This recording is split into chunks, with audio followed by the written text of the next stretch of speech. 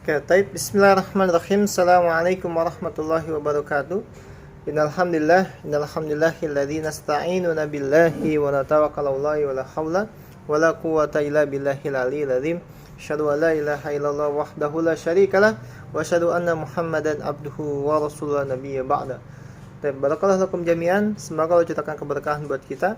Allah berikan kebaikan buat kita dan Allah berikan kesakinahan dalam hidup kita dan Allah memberikan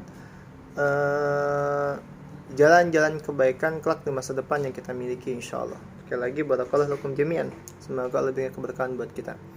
Taib, kita akan mengkaji tematik kajian tematik tadabbur ayat surat Al-Baqarah At-Taubah ayat 100 yang pernah kita kaji dan kita akan sempurnakan insyaallah. Bismillahirrahmanirrahim. Was-sabiqunal awwaluna minal muhajiri wal ansari walladzina tabauhum bi ihsani radhiyallahu anhum wa radu an wa adda lahum jannatin tajri tahtahal anharu khalidina fiha abada dzalikal fawzul azim. Baik. Tabiat manusia, tabiat kita sebagai seorang makhluk ciptaan Allah Subhanahu wa taala, siapapun mereka, pasti harapannya adalah dzalikal fawzul azim, berada di lingkaran kemenangan-kemenangan yang sangat besar. Fawzul adalah fawz itu sesuatu yang diangkat, azim itu agung. Artinya dzalikal fawzul azim, Allah akan angkat dengan setinggi-tingginya. Artinya bahasa kita, Allah akan menangkan dengan cara Allah Subhanahu wa taala. Itu poinnya. Semua hal, baik dalam dunia bisnis, baik dalam dunia kampus, baik dalam dunia sekolah, baik dalam dunia pekerjaan, baik dalam di rumah tangga, dimanapun kita berada, pasti semua adalah dzalikal fawzul azim. Berharap kehidupan kita selalu diberikan kemuliaan oleh Allah Subhanahu wa taala. Lalu yang perlu kita tanyakan, kaifa fa'alatuhu itu loh. Bagaimana caranya supaya kemuliaan itu bisa kita dapatkan? Isyarat-isyarat kemuliaan itu sudah Allah jelaskan di ayat ini, menegaskan ada beberapa kemuliaan yang akan didapatkan. Pertama, radhiyallahu anhu wa radu'an. Kemuliaan pertama yang Allah sebutkan adalah Allah ridho dengan dia dan dengan apa yang dilakukannya, dengan apa yang dikerjakannya, dengan apa yang didoakannya. Setiap hajatnya, setiap gerak-geriknya, setiap langkahnya adalah Allah akan berikan ridho. Ingat, kunci utama kita adalah keridhaan dari Allah Subhanahu wa taala. Kalau sudah ridho, artinya berarti setiap langkah kita di sana tidak ada kemaksiatan, tidak ada kezaliman, tidak ada kemunkaran, tidak ada kefasikan, tidak ada kedurhakaan. Itu syarat supaya Allah memberikan ridho. 4 hal. Jangan ada kedurhakaan dengan orang tua kita, durhaka sama suami kita, durhaka sama istri kita, durhaka sama anak kita, durhaka sama kehidupan sosial lainnya. Kedua, tidak ada kefasikan, apapun bentuk kefasikan, ya berkata kasar atau apapun bentuk keburukan yang memang tidak berdampak dosa, itu bagian dari kefasikan, tapi itu adalah keburukan yang perlu kita jauhkan. Yang ketiga, jangan sampai ada kemaksiatan, jangan sampai ada kezaliman, termasuk ada kemunkaran yang merusak banyak orang, termasuk itu korupsi, itu ada itu bagian dari hukum kemunkaran karena dia mengambil hak banyak orang itu. Ini posisinya. Ini hal yang perlu kita maksimalkan, yang perlu kita ambil, yang perlu kita tekankan. Karena jalan ridho itu pasti dijauhkan dari keburukan. Dan nikmat kedua adalah wa'adda lahum jannatin. Allah akan datangkan. Kalimat datang itu ada 3 makna. Pertama ada ja'a, ada mata, ada aidda. Ja'a itu adalah orang datang ke rumah kita. Kalau mata atau kapan atau datang juga bisa jadi matan, kita datang ke rumah dia. Tapi kalau aiddu atau aad dan Allah akan datangkan dari setiap apa yang kita butuhkan gitu loh. Bukan fisiknya, tapi sesuatu kita butuhkan ditetapkan oleh Allah Subhanahu wa taala. Wa'adda lahum jannatin. Yang Allah datangkan adalah nikmat-nikmat yang menghadirkan kebahagiaan dalam hidup kita. Jannatin. Artinya nih zalika fawzul kedua kita adalah kemenangan kemenangan paling besar yang akan kita miliki adalah wa'adda lahum jannati. perangkat-perangkat yang membuat kita bahagia, apapun bentuknya. Apakah handphone, apakah laptop, apakah rumah, bagi dunia pelajar, apakah sekolah, apakah prestasi, apakah teman-teman yang baik. Artinya perangkat-perangkat yang menghadirkan kebahagiaan akan Allah datangkan. Allah dalam dunia rumah tangga memiliki istri yang salihah, memiliki suami yang salih, memiliki anak-anak yang salih dan salihah, memiliki rumah tangga yang sakinah, termasuk punya rumah, punya mobil, punya dunia beserta isinya gitu. Termasuk dalam dunia bisnis, tender tembus dengan mudah dan sebagainya gitu. Ini salah satu nikmat wa'adda lahum jannatin, perangkat-perangkat atau pintu-pintu kebahagiaan yang Allah datangkan buat kita.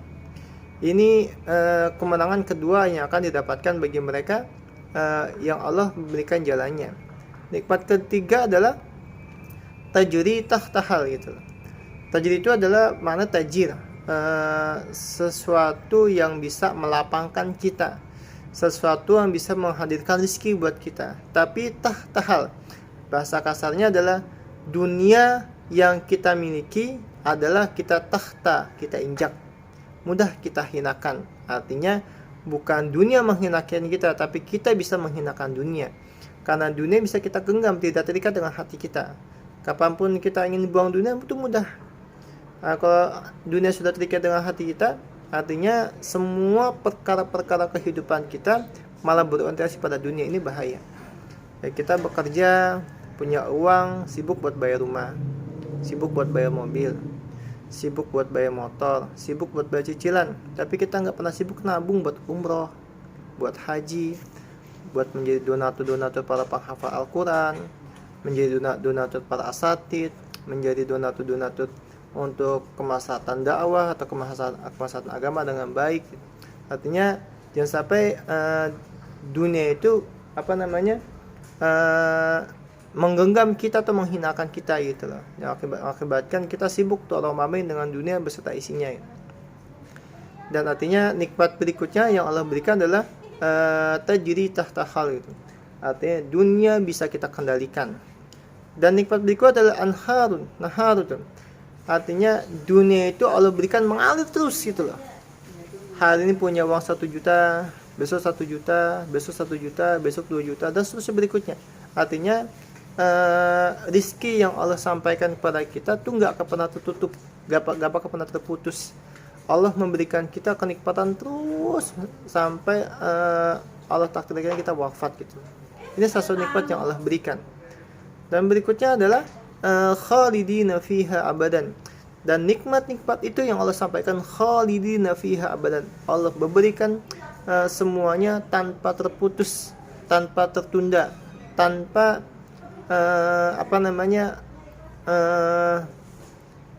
harapan kita tuh menjadi punah gitu atau menjadi musnah. Artinya sesuatu kenikmatan itu tidak akan hilang.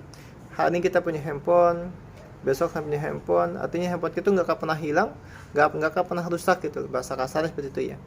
Atau kita punya rumah kita nggak akan pernah kebakaran, nggak akan pernah diambil oleh orang, nggak akan pernah dirampok. Artinya dunia beserta isinya bisa kita pegang, bisa kita kendalikan, dan nggak akan pernah bisa hilang gitu lah. Karena Allah yang akan memberikan jaminan itu. Yang perlu kita tanyakan, kaifa fa'alatuhu, bagaimana cara kita bisa mendapatkan itu semua? Dan dalilnya adalah was-sabiqunal awwalun. Generasi terbaik adalah minal muhajiri wal ansor. Mereka kaum muhajirin dan kaum ansor. Dari Mekah ke Madinah atau Yastrib, atau orang Yastrib yang menolong orang-orang yang berhijrah gitu. Itulah generasi terbaik. Kenapa mereka menjadi generasi terbaik?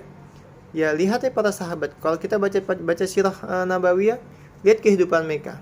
Enggak ada kesulitan, enggak ada kebimbangan, enggak ada kegelisahan, enggak ada kemiskinan juga termasuk itu. Semiskin-miskinnya para sahabat yang disebut salah satu hadis Rasulullah SAW adalah Abdul Ibnu Maktum. Dia seorang sahabat yang dianggap miskin di zaman itu. Mungkin kalau di zaman kita dia paling kaya di dunia ini gitu. Dia punya 3 negara. Ketika ada panggilan jihad, dia bisa menyumbangkan 100 ekor untanya gitu untuk berperang dan sebagainya. Dan artinya mungkin orang termiskin di zaman Rasulullah, mungkin bisa jadi zaman sekarang dia orang terkayanya gitu. Ini salah satu nikmatnya. Artinya Itulah para sahabat. Sebagaimana caranya? Walladzina tabauhum bi ihsan. Ikutilah mereka dengan baik. Apa yang kita ikuti? Muwasafatnya, kehidupan kesehariannya. Ada mutasar, ada minimal 5 hal yang yang kita jalankan sifat mereka. Pertama adalah as-salimatul aqidah. Salim, sebuah perkara, semua aktivitas yang bisa menyelamatkan kita. Akidah, ikatan. Artinya ikat sesuatu yang bisa menyelamatkan kita. Man huwa? Siapa dia? Allah Subhanahu wa taala. Satu-satunya zat yang bisa menyelamatkan kita hanya Allah Subhanahu wa taala. Bukan uang, bukan pekerjaan, bukan orang tua, bukan dunia yang kita miliki, bukan apapun. Ingat Allah, ikat Allah dalam kehidupan kita. Ikat Allah dalam hati kita, ikat Allah dalam penglihatan kita, ikat Allah dalam pendengaran kita, ikat Allah dalam lisan kita, ikat Allah dalam setiap perbuatan yang kita miliki, agar dalam setiap detik yang kita lalui tidak ada kerusakan, tidak ada dosa. Ini poin pertama. Kedua, sahihul ibadah. Jadilah hamba Allah yang benar, hamba Allah yang jujur. Kita harus jujur apa yang kita butuhkan. Yang kita butuhkan adalah kebahagiaan. Yang kita butuhkan adalah kenikmatan. Yang kita butuhkan adalah kesakinahan.